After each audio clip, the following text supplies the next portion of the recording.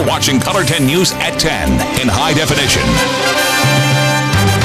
Parents worry about kids' safety on a busy Springfield road where a school expansion is underway. Good evening, I'm Ashley Katz. Hello again, everybody. I'm David Oliver. Good to have you along tonight. New at 10. Laura Kennedy listened in on a public meeting at Westport Elementary, and she's here to explain the fears. That's right. Westport Elementary will grow in size from roughly 400 students to 800 next year when it absorbs Studi Middle School. The increase in traffic in the area is exacerbating an ongoing problem with speeding cars in the neighborhood. Stacy Lininger crosses Hilton Avenue every day, taking her daughters to and from school at Westport Elementary. But every day she worries about their safety. I went out to get my mail and this person goes by at least 60, if not more, miles per hour. Hilton is just 17 feet wide, the most narrow road in the area, according to a traffic study presented to neighbors Wednesday night. And the average speed on the narrow road is more than 10 miles an hour over the speed limit. Maybe putting the speed limit down to 20, like it usually is in a school zone, might help a lot. Neighbor Clyde Gilmore says speed has been an issue on that road for decades, but the building of a new apartment complex and the school expansion are adding to the problem. Our traffic is going to be unbelievable for a little street that she said is 17 foot wide. The neighbors say people use Hilton to bypass Kansas Expressway, and there are rarely patrol cars in the area to catch those speeding. Definitely think there needs to be a little more enforcement in the neighborhood. Wednesday night's meeting gave the public a chance to hear updates on the school and voice their concerns with the traffic to city project managers and planners. The street is very narrow. It has always been very narrow. And now with some new development in our community here, Westport community, it's re-stimulated some of that interest. For now, Stacy will continue crossing Hilton with caution until a plan is put into place to get drivers to slow down or make a better crosswalk for the children. Tonight's public meeting was the first step in getting something done about the issue. City officials say they will take all the concerns back to their offices and figure out a plan for Hilton Avenue. Funding for any future project will most likely come from a current or future sales tax. Laura Kennedy, thanks so much for the update there. Meanwhile, Jamie Warner's in the weather lab tonight. It's going to be another cold one out there, sounds like. Yeah, of course, we've seen this so many times. It's so late in the season. And another thing that's happened late in the season is snow. We had a little bit of that early this morning, right around 5 here in Springfield. A trace recorded out at the airport at the Weather Service office. That's not the latest we've seen snow in Springfield. Officially, the latest measurement of snowfall was on May 2nd, 1929. Over 6 inches was measured on that day. Well, overnight tonight, it's a different kind of white that we're watching for, and that is frost. Frost advisory in effect for all of the Missouri side of the Ozarks, with a little bit of freeze warning down to our south. It doesn't really matter. The whole region looking at temperatures down near freezing as we head towards sunrise on Thursday. And outside right now, we've got generally clear skies, although to the north along Highway 54, there's been a little band of clouds. That's going to be heading east out of the area. 37 right now in Springfield. One of the colder temperatures in the Ozarks right now. We'll be down around 33, 34 to start off the day on Thursday. And be prepared for frost. If your car or your truck's sitting out in the driveway, you may have to deal with that by defrosting or scraping. By afternoon, though, temperatures warm up nicely, highs in the mid-60s, clouds rolling in by the end of the day, setting the stage for more rain and cool temperatures on Friday. New information tonight about a story Color 10 first broke on our website this afternoon. The Greene County Prosecutor's Office believes a woman threatened to blow up Springfield City Utilities. Jennifer Hagee is facing a harassment charge. Color 10's Kevin Schwaller is here. And Kevin, originally the sheriff's office had arrested her for making a terroristic threat. That was the original offense. The prosecution decided only to go forward with misdemeanor harassment. And less than 2 weeks after the Boston bombings, this shows law enforcement and others aren't taking chances. In the mass of customers City Utilities interacts with every day, one stood out. It was brought to our attention that we had a disgruntled customer. Court documents show investigators believe City Utilities became a target of Jennifer Hagee's anger. The papers say her utilities got shut off after her arrest for not paying. And we found a Facebook post on Hagee's page. It's also mentioned as part of the basis for charges. I really want to blow the utility company up, it says. I understand why people go postal, for real. Goes on to insult CU. So sometimes they reach a level where they get more unhappy. But Spokesperson for the utility, Joel Alexander, says Hagee had gone too far. I think the final straw was when it actually went on a social media site that per policy and per some regulations that we were federally mandated to follow, it kind of went out of our hands to where we had to make a report on this. That spokesperson says he does not know of any sort of direct threat made against a substation or a building. He says it was more to city utilities in general. You've got to be on high alert. Greene County Sheriff Jim Arnott says the Boston bombings remind his office about the need to investigate claims and threats. You have to be held accountable for things that you say. Investigators say an email sent by Hagee says it's no wonder people snap and blow businesses up with treatment such as this. I will make sure all the judgmental, inconsiderate pigs I talked with today are dealt with accordingly. After words like those, the sheriff's office also brought in help from the FBI. City Utilities heightened its security level, and Hagee is also under investigation for tampering with utilities. Kevin, thanks. Tonight, new at 10, a man accused of dumping a dead teen into Truman Lake is facing new charges. Online court records show prosecutors charged Anthony Balburney with resisting arrest, burglary, armed criminal action, and robbery, too. Last fall, Balburney was charged with the abandonment of a corpse after 15-year-old Kyla Parks was discovered dead in Truman Lake. She was from the Willard area. Balburney is scheduled to appear in Hickory County Court now next month. A cold case murder appears to be solved tonight. The Camden County prosecutor charged Clara Rector and Jason Rector for the 2004 death of Tommy Hope.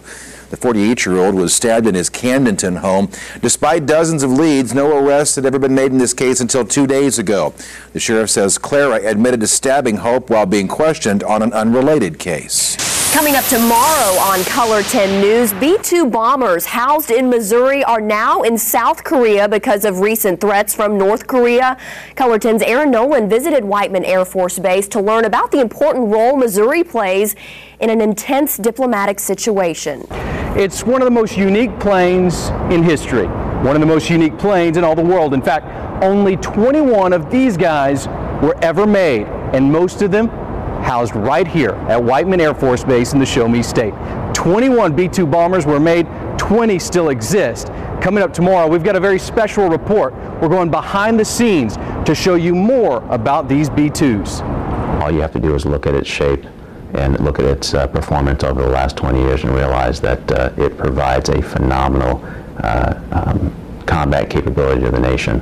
And I would offer to you that no one in the Air Force wishes for war. But if there is one, there's not any other weapon system I'd rather be in than the B-2. We've also got more information about why these B-2s are so special, what makes them so unique. That's all coming up tomorrow night, right here on Color 10. From Whiteman Air Force Base, I'm Aaron Nolan. Let's head back to you. Aaron, thanks. And tonight's education coverage on your News at 10. Kickapoo High School is now in the top 50 of a nationwide competition. Art students are taking part in the Vans Custom Culture Contest. Schools received 4 pairs of blank Vans sneakers to be customized in 4 themes: art, music, action, sports, and local flavor. 5 finalists are going to be flown to New York, where the winner will be chosen. The winning school gets a $50,000 prize for its art program and the chance for the shoes to be produced and sold in Vans retail stores. I think we had a pretty good chance, so I expected to be in the top 50, but it's really great to be on something that's such a big deal nationwide, and it's a pretty major company, Vans, so it's really nice to be a part of something like that. By the way, voting ends May 13th. If you'd like to cast your vote for Kickapoo High School, visit our website. We've got a link for you set up right there at ozarksfirst.com. Well, visitors to Silver Dollar City recently witnessed a true act of compassion. Yeah, this involves a special lost necklace. You could tell he was really upset. You never know how something's going to affect somebody. Tonight in Oliver's Ozarks, the extraordinary lengths park workers went to help a boy get back his precious piece of jewelry. And we'd like you to give us a piece of your mind. Be sure to share comments on the Color 10 Facebook page. Look for the Facebook icon on ozarksfirst.com.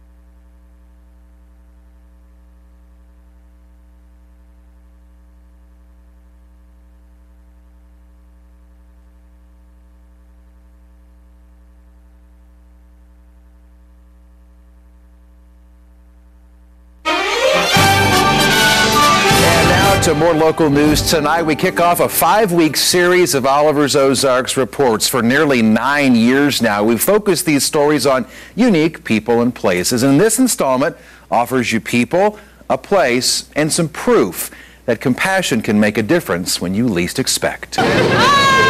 People ride Wildfire at Silver Dollar City to feel a thrill. 12-year-old Wes Thomas of Ava felt the human spirit. It was a normal day at Wildfire, a normal typical Sunday. Well, we were getting ready to leave, and they wanted to ride Wildfire one time. Last weekend, before Wes stepped on the ride, he removed a special necklace. And I was afraid like the dog tag on my necklace would fall off. You see, that necklace bears the image of Wes's cousin who passed away a year ago. We saw him place his dog tag in the cubby. They rode the ride, they came back, they realized that the dog tag had fallen behind the cubby. Immediately I saw he was upset, and I was like, what's the matter? And he's like, it's gone, it's gone. I'm like, what's gone? He said, my necklace. And I was like, what do you mean it's gone? The special necklace slipped behind the cubby into an unreachable spot. Ride attendants asked the family to fill out some paperwork over at Lost and Found, saying they would try to retrieve the necklace later and mail it back to the family. But they could see Wes was shaken and sad. You could tell he was really upset. That necklace is kind of like losing him again. When you see something like that, you respond, what can I do to help this family out? And so we called Tom, who's the maintenance man, and I asked him could he bring a drill up, and he brought the drill up. A few twists of that drill and workers removed the cubby unit and found Wes's necklace.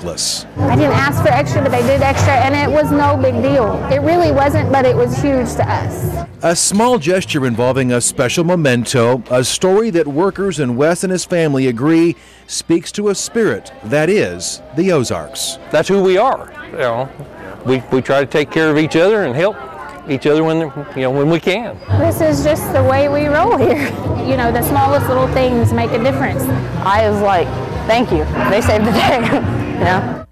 Now, so what's really neat about this story is the fact that this has kind of gone viral on Facebook because on Sunday night when this happened, Wes's mom put a kind of synopsis about this on Facebook, and she got upwards of 6,000 likes. Then Silver Dollar City put the same story about what happened on its Facebook page on Monday. It's upwards of 2,000 likes. So you're talking about upwards of possibly 8,000 or 9,000 likes on this story on Facebook. Again, it just kind of speaks to the spirit of the people of the Ozarks that always help you out in your time of need. He had a necklace he wanted to be sure and keep there. Something so small but meant a lot to him, and I think really Tom did. said it best. And he was even emotional talking with me about that necklace today, about his cousin who passed away. So it was just a neat story to be able to tell, and of course, everybody's like that anywhere you go in the Ozarks. That's right. You That's bet. why we live here. You bet.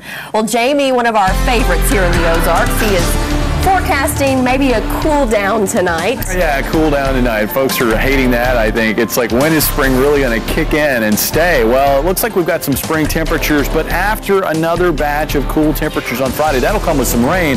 A look at that and beyond through the weekend coming up.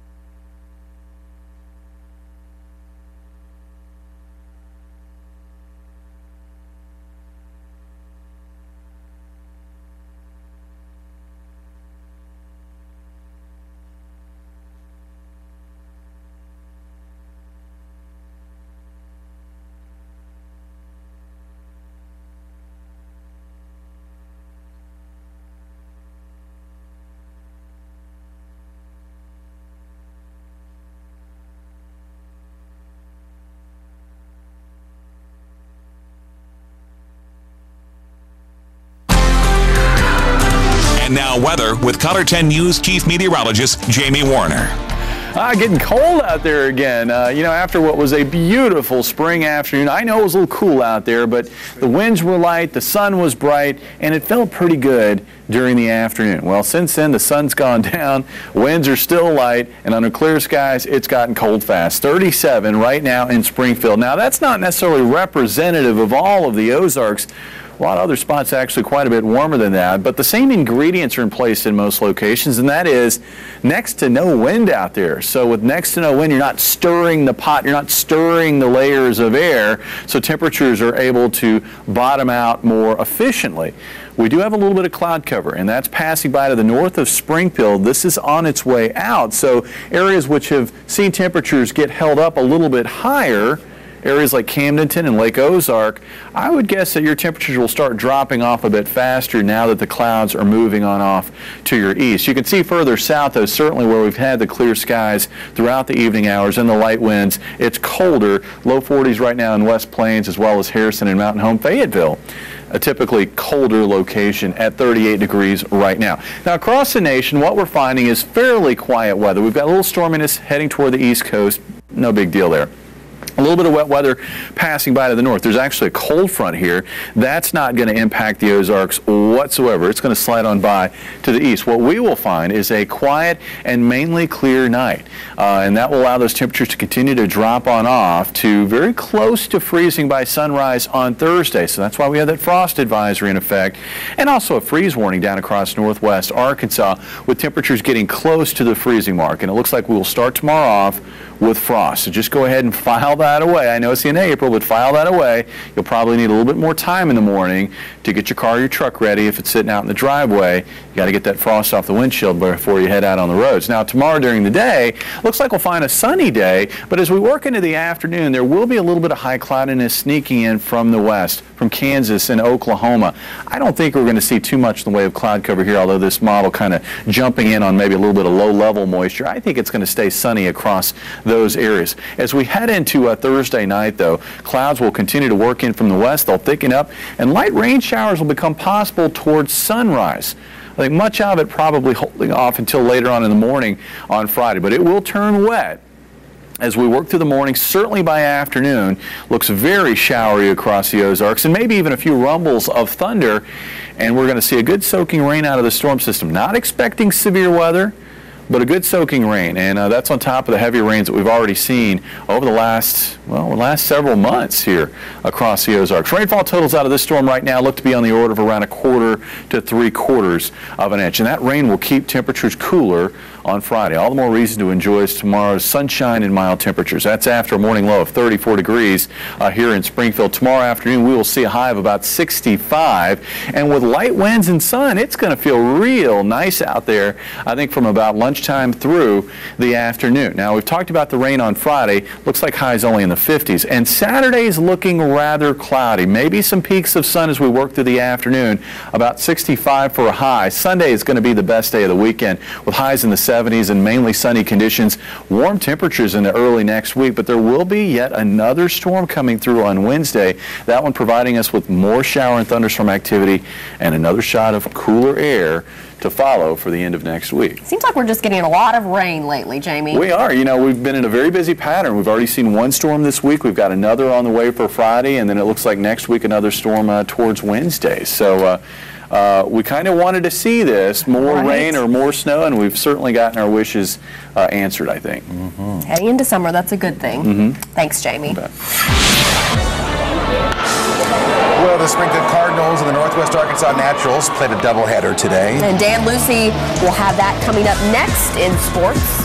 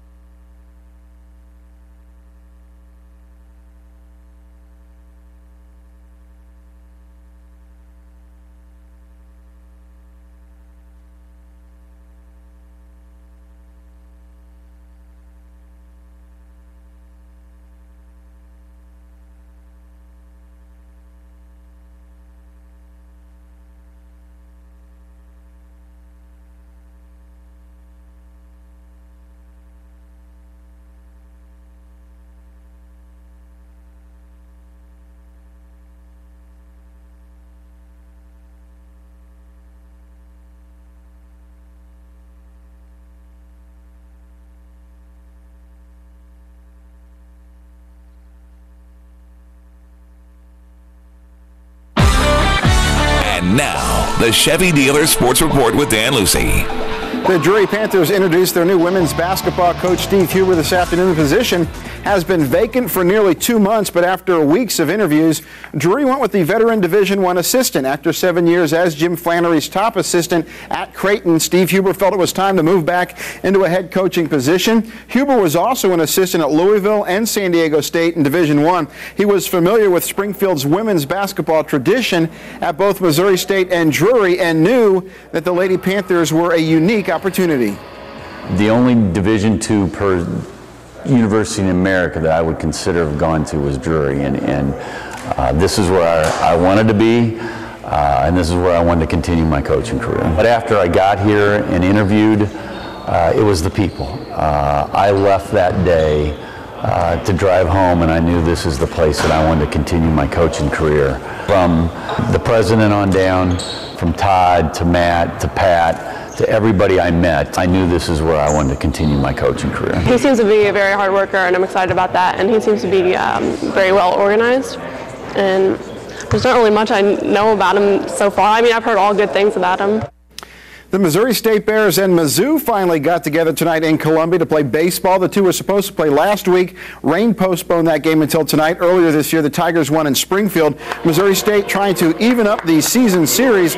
The Bears flashing the leather early. This drive to center, but Tate Matheny with the over-the-shoulder catch at the wall to end the first inning. Missouri State would take the lead in the third. Eric Charay would go deep to right. This one is gone. A two-run shot to make it 2-0 Bears. Mizzou would cut that lead in half. In the bottom half, Dane Opel singles to center, and Kendall Keaton scores to make it 2-1. But the Bears would hold on and win 4-2. Last night's rain turned this afternoon's Springfield Cardinal game with Northwest Arkansas into a doubleheader, and one of St. Louis's top pitching prospects, Carlos Martinez, was on the hill for Springfield. Strikes out Ray Navarro there to end the first. Naturals would then get a runoff of Martinez in the second. Ramon Hernandez singles to right. Matt Fields scores. It's 1-0 Northwest Arkansas, but the rest of the game, one belonging to Springfield. In the third, bases loaded, Ruben Gotay bounces it off the boards and right. Jake Lemmerman scores 1-1, then Chris Swagger flies out to right. Mike O'Neill tags and scores on the sacrifice fly. Cardinals were in front 2-1. Martinez would get Fields swinging here in the fourth. He would go 4 innings, giving up just that one run with 4 strikeouts. 3-1 in the sixth. Springfield would bust it open. First, Starlin Rodriguez deep to left, a solo shot to make it 4-1.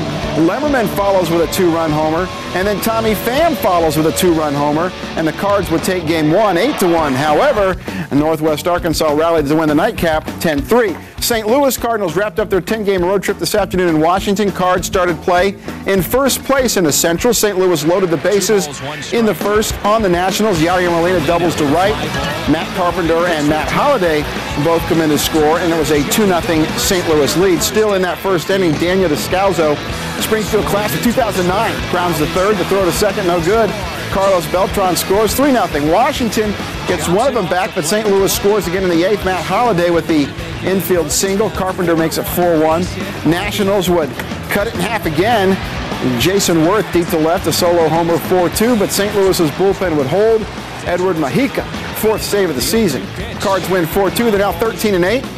Off tomorrow, play Pittsburgh on Friday. Kansas City Royals started their series in Detroit tonight. A 1-game lead on the field in the Central. These two rained out last night. Cold in Motown tonight. KC would take the lead third inning, 1-1. Alcides Escobar singles to left. Chris Getz scores, 2-1 Royals. Billy Butler then singles to center. Alex Gordon comes in to make it 3-1. It was 4-3 Royals fourth inning when Detroit would rally.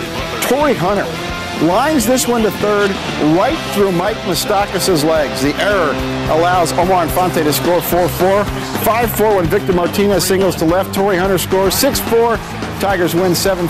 KC's 10-8. Two will wrap up their short 2-game series tomorrow afternoon in Detroit. Hopefully it'll be warmer. We hope so here too. Thanks, Dan. We'll be right back.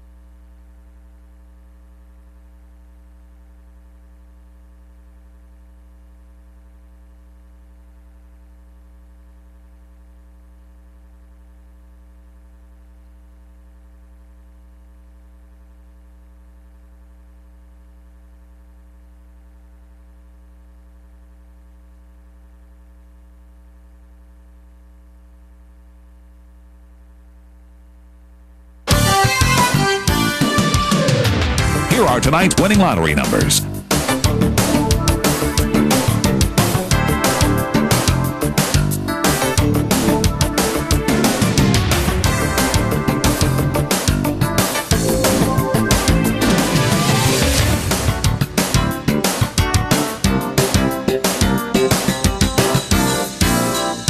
Color 10 News will continue in a moment.